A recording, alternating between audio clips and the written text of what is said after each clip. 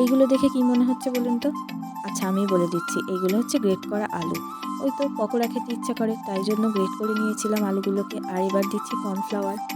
আমার ঘরে যত রকমের জিনিস ছিল গুঁড়ো টাইপের, সেগুলো আমি আজকে সবই দেব। এইটা সুজি দিয়েছি।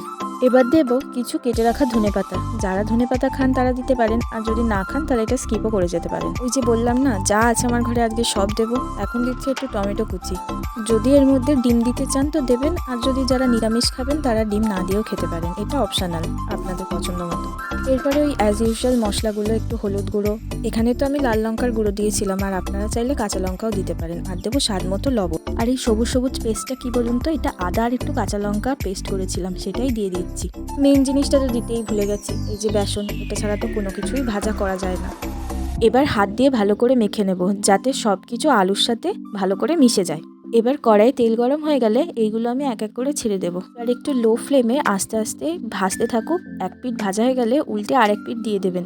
ভাজা হয়ে গেলে ঠিক এরকম দেখতে লাগবে। আর এই দেখুন কেমন লাগবে বলুন তো, আমাকে অবশ্যই কমেন্ট করে জানাবেন। আপনারাও বাড়িতে একবার ট্রাই করে দেখতে পারেন, খেতে কিন্তু দারুণ লাগে। আসলে আমার মেয়ে এগুলো খেতে খুব ভালোবাসে, তাই প্রায়ই আমাদের বাড়িতে এগুলো করা হয়।